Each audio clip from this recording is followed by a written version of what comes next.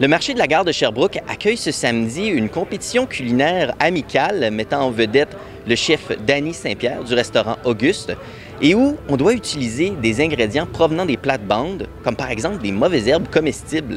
Spurs a avant tout lancé un défi à la communauté sherbrookoise et à eux-mêmes. Pendant toute la semaine, Spurs, de leur côté, au New Jersey, ont rien acheté de la semaine.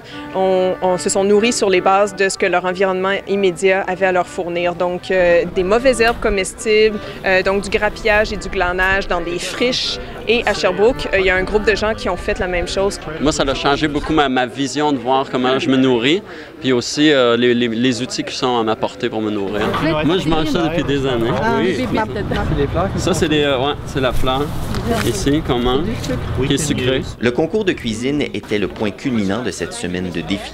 Évidemment, les viandes étaient fournies. You have 2 hours to just find food all around you without spending any money, and then cook it and make the best meal.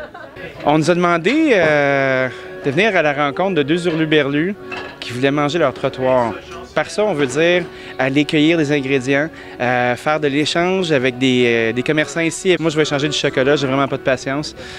On va faire un cook-off, comme on dit, une saine compétition un peu à l'image d'Iron Chef. This is just behind here. Pour le Eat Your Sidewalk, j'ai ramassé quelques plantes le long du lac des Nations. Là. Ici, tu as une plante qui est très bonne, là, les grains. C'est la patience crépue. Tu fais juste les retirer, tu les fais griller avec un petit peu de sel, un peu d'huile, c'est bien bon. Ça ici, tu as la vigne des rivages, c'est aussi appelé du raisin sauvage. Tu peux t'en servir comme des feuilles de vigne normales. Quand elles sont assez grosses, tu peux les farcer ou quand elles sont juste jeunes, tu les coupes, ça a un petit goût vinaigré. Ici, on a une salade de serre à la rhubarbe avec de l'oignon grillé. Puis on a plein de poivre des pauvres, l'espèce de petite herbe qui est vraiment moutardée. Puis il y a du chou gras sur le dessus qui a été juste rôti. It's a deer tartare. Fait un goût qu'on ne connaît pas. C'est nouveau. J'entendais pas c'est une tartare. Je suis en train de manger les mauvaises herbes du quartier. Ah oui, c'est vrai. L'équipe américaine a remporté le concours de justesse, mais connaître le gagnant était plutôt sans importance. Ce que j'ai trouvé intéressant, c'est que j'ai trouvé des plantes qui font les mêmes fonctions que des trucs que j'achète.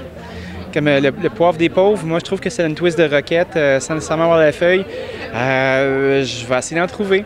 Je vais essayer d'insérer ces affaires-là dans ma cuisine. Quand on parle de cuisine locale, là, je pense que ça ne peut pas être plus local que ton sidewalk. Là.